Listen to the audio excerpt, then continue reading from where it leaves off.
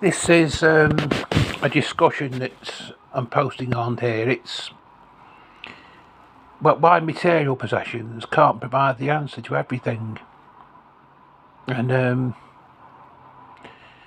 I've recently had an experience when I've been. Those of you who might have seen some of my previous discussions will have gathered that I've been in a situation where I've previously been involved in a car crash. How the situation's come about, I've always wanted to have a job, really.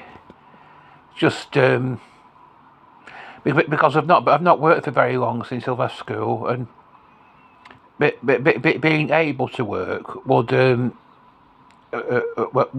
give me a sense of achievement.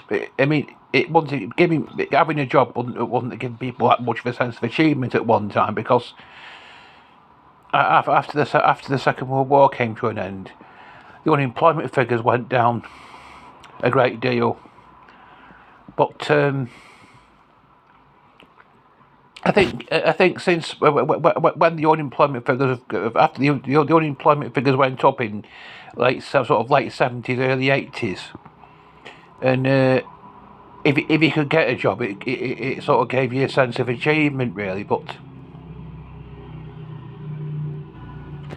I'm allowed to work up to 16 hours a week on the benefits that I'm on, but my mum and dad really did want me to encourage me to work, because they thought maybe if I avoid, they were always concerned that if I got a job, I'd be taken off my benefits because I was working. But after they died, I had this idea that I got a voluntary job.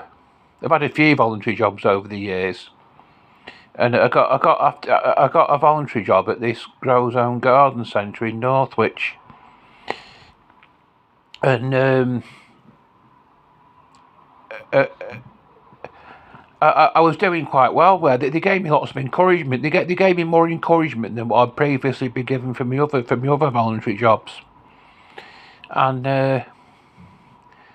I had the idea that I could be self-employed. I could start my own gardening business, and I went to Rees College in Nantwich and passed my certificate in practical horticulture. I didn't get the proper certificate, really, because I couldn't remember the names of plants and stuff because I was too tired. My memory isn't that good. I had to get up at 6 o'clock every Friday morning to get there, you see, and I was struggling to remember the names of plants and stuff. But I did get a certificate from there. It wasn't a proper certificate, but I got a certificate. I passed my certificate in practical horticulture, and you need to be able to drive to be self-employed. And you need to watch my videos on Asperger's syndrome and driving to get the full story about what happened here. I've had 4 different driving instructors, and my 4th one advised me to buy myself a car to get more practice on the road. Well, I bought a car from a second-hand dealer, and after 5 months, I crashed it into someone's works van, and it's now being written off. So this is one of the reasons, really, why it's an example to show that material possessions can't provide the answer to everything. Because only just 5 months after buying my own car, I've gone and crashed it. But there's another example. That's a factual example. That's something that really happened. But there's another thing as well. There's another story as well. It's a science. I don't know if anyone's heard of that science fiction writer called Douglas Adams. He wrote that book called Hitchhiker's Guide to the Galaxy, and there was this. I don't know what pan-dimensional means. There was an ancient race of pan-dimensional beings, whatever that means, and in some galaxy somewhere. Whether it was whether it must be the Milky Way or not, I don't know, because we live in the Milky Way apparently. Anyway, they kept arguing amongst themselves about what was the meaning of life. And they came to a solution. They decided to build themselves this giant supercomputer and ask it what was the answer to what and find out, see if that could work out for them the answer to their question. And a couple of representatives from their race came to ask this computer. It was called Deep Thought. They said, "We want you to tell us the answer," and it says, "The answer to what?" And we want you to tell us what is the answer to life, the universe, and everything. And he said, "Can you do it?" And he says, "Yes, I can. Yes, there is an answer." But there was just one snag with this. The computer calculated it will take a lot longer. It will take many times longer to find the answer to this question than what they'd anticipated. "I will have to calculate the answer to this question. It will take me 7.5 million years." And they thought, wow, look at 7.5 million years. They were a bit because they were expecting it. It was such an advanced, a big brainy computer that they were expecting it to just come up with an answer straight away. But even a big brainy machine like this can't calculate the answer to life, the universe, and everything in straight away. It takes 7.5 million years. It's going to take 7.5 million years. Anyway, they go away, and many generations later, another couple of representatives came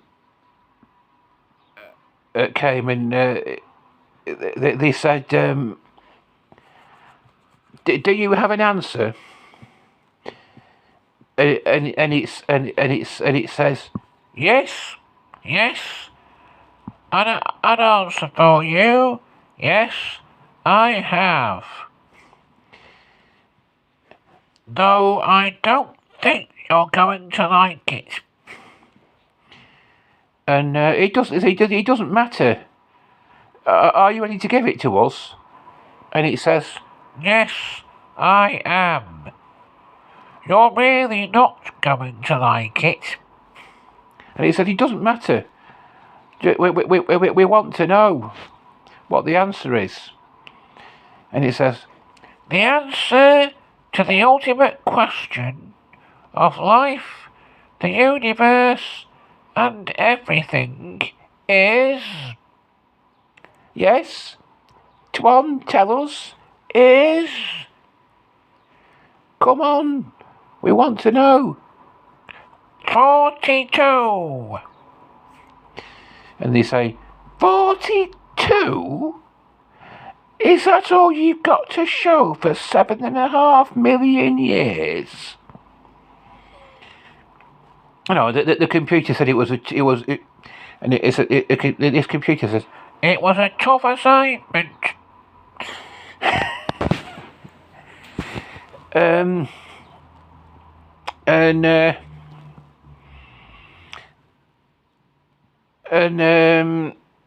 This, what was that? I'm a bit, I can't. I can't think I'm going to finish this. But they say they're absolutely astounded that after 7.5 million years, the only answer it can come up with is 42. And they say, but it was a great question, the ultimate question of life, the universe, and everything. And surely the only answer you can come up with can't be just 42.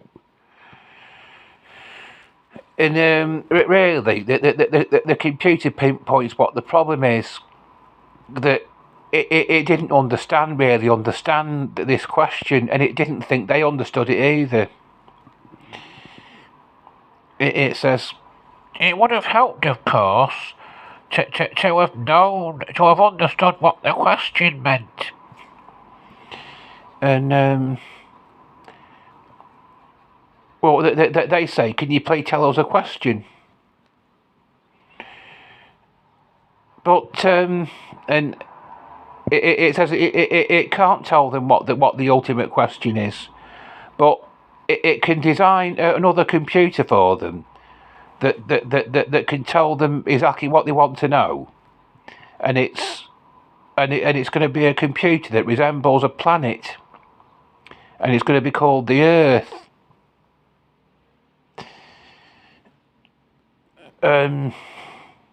That's the solution it comes up with. But all these things just go to show that material possessions can't provide the answer to everything, because in this case the computer never understood the meaning of the question. All along, it didn't understand the human mind.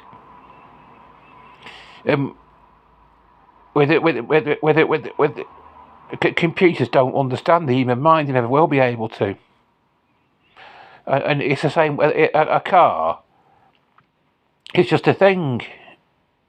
If you don't drive it properly, all that'll happen is it'll just crash. And it's the same thing with computers. They have a term. They used to have a term that computers went wrong. They crashed. When they sort of, I don't know what.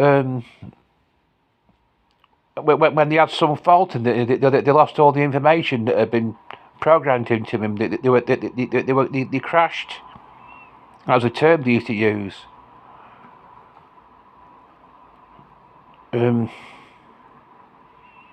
They were just going wrong, same as what cars did. I don't think I put on my Facebook when this thing happened that I wasn't sure whether I'd have the guts to go back on the roads again, but I think now I won't. It's not worth me bothering because I mean nobody takes as many driving lessons as what I've had to pass the driving test. Or if it was much richer than what I am, I could have a driving lesson every week for the rest of my life, but I still wouldn't pass my test. I wouldn't be put in for it because it's impossible, really. I think it's impossible for me to pass a driving test. Probably some things you just can't do. Anyway, but one discussion after another keeps popping in my head, and I just sit here and I hope one of these days I'll actually come up with something that a substantial amount of people. But I don't get many views on my YouTube clips usually, and one of these days I'll actually other people get millions, sometimes get hundreds of thousands of millions of views on the YouTube clips. Only get hardly anyone watches what I post. But you never know. I might just come up with something one of these days that'll attract people's attention. You can only keep trying, can't you? And in this case, a material possession is the answer to it, because you need a phone, because I need my phone to do it with. But material possessions still can't provide the answer to everything. You know, I've quoted 2 examples to show that they can't. Anyway, ta for now.